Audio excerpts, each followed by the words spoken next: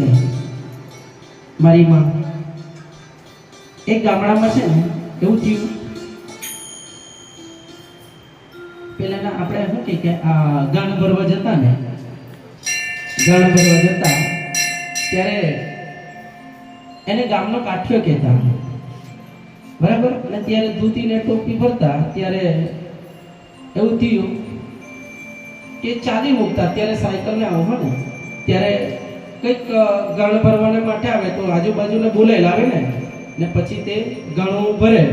ત્યારે એક દાદાએ શું કર્યું એને બોલાવવા આવ્યા એટલે ચાલ્યા કર્યા તો શું કર્યું આવું ગમતું હતું મારા જેવું એને શું કર્યું એને ધ્યાન નહીં આપ્યું એટલે પત્નીનો જે ચણિયો આપણે ને ગગરો એ ખાન પર મૂકીને જતો રહ્યો ખાન પર મૂકીને જતો રહ્યો અને પછી બેઠા છે બધા બધી વાતો કરતા હોય ને ત્યારે એકની દ્રષ્ટિ પડી કે દાદા કે શું તારો ગમછો છે કે આ માતાજીનો ગમછો છે કે ત્યારે એને જોયું મારી ગઈ કે માં ખાન પર બહીને આવે મેં તે છોડીને આવે તો પણ એ તો માં હારી જાવની જાણે શું કીધું એ પેલેના વડીલો આ વસ્તુ થાય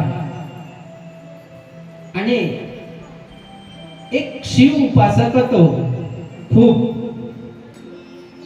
સવારથી સાંજ સુધીનો એ શિવ ભક્તિમાં લીન રહેતો સવારથી સાંજ સુધીનો લીન રહેતો હતો અને અચાનક જ આધી તૂફાન આવી અને એક પહાડ વરસાદનો આવ્યો એ ખૂબ રેલો આવ્યો અને એ બરાબર નદીના કાંઠે મંદિર હતો અને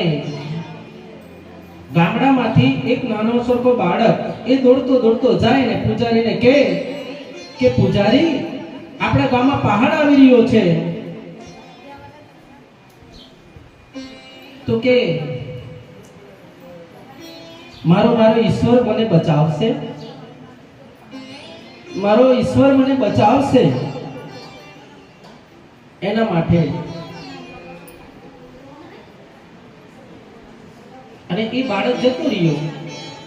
અને પાણીનો પહાડ જેવો આવે ને રેલો એટલે ભરતો ભરતો ગયો આમ આટલો આપણું કેમ અત્યારે આ મંદિરનો પાયો છે તું ડૂબી ગયો આમ એને કઈ નહીં મારા ભોલેનાથ મને બચાવશે અને હજુ થોડુંક ડૂબ્યું ને એના માટે એક નાવ આવી અને એને કહે કે નાવિક કહે કે ભાઈ પૂજારી આપણા ગામમાં આ ફાદરમાં બહુ મોટો રેલ આવ્યો છે અને પહાડ તું આ નાવિકમાં બેઠી જા હું પેલે પાર ઉતારી દઉં કે નહીં હું ભોલેનાથની પૂજા કરું છું અને ભોલેનાથ પર મને અટૂટ વિશ્વાસ છે એ મને પાર કરી દેશે આમ કરતા થોડો સમય ગયો અને પાછો પહાડ આવતો જાય એટલે પાછો ડૂબી જાય છે એટલે બરાબર ને અત્યારે આપણે જવામાં આવ્યા હોય તો ધજા બેઠી છે ને ઉપર આમ ધજાને જોઈ ને બરાબર ચોટ પર બેસીને જોઈ એટલે ઉપરથી હેલિકોપ્ટર આવે છે અને એના પરથી દોરડું નાખે છે કે ભાઈ હાલ તું બેસી જા એમને શું કીધું કે તું બેસી જા નહીં મારે તો મારા ભોલેનાથ પર અટોળ વિશ્વાસ છે મારો ભોલેનાથ હોય ને તો મને ક્યારે ડર નહીં હવે એ પૂજારીને એટલો બધો વિશ્વાસ અને આ બાજુ હેલિકોપ્ટરમાંથી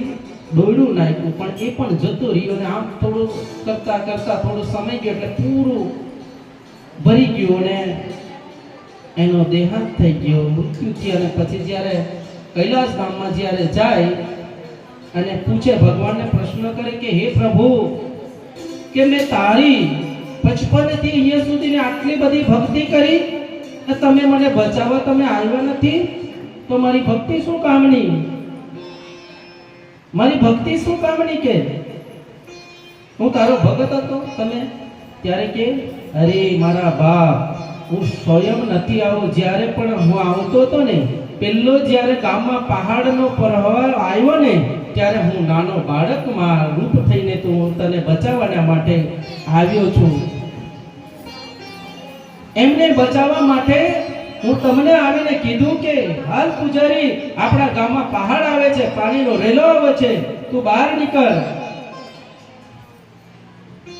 પછી આખું જ્યારે અડધું ડૂબ્યું ત્યારે પાછો તને કીધું કે એ નાવિક લઈને આવે છે અને કીધું કે હે પૂજારી તું નાવિકમાં બેઠી જા, હું પેલી પાર તને લગાવી દઉં.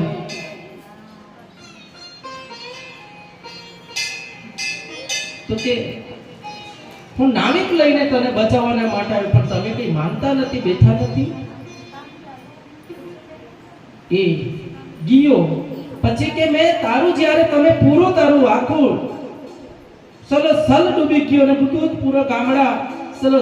અને ત્યારે તમે લાસ્ટ તમારો એન્ડિંગ પર પણ જ્યારે હું હેલિકોપ્ટરમાં તને બચાવવાના માટે આવ્યો, પણ તમે કંઈક માનતા નથી કે ભગવાન તમે ને આજે મેં આ જ છે જેને ઈગો આપણા અંદર બધાના જ અંદર મેં શબ્દો આવે ને જેને જે વસ્તુના અંદર ત્યારે ભગવાને કીધું કે હું તને 3 મોકા આપ્યા. કેટલા 3 મોકા આપ્યા પણ તમે નહીં જઈતા, એમાં મારો શું વાંક છે? શું કીધું કે મારા તમને હું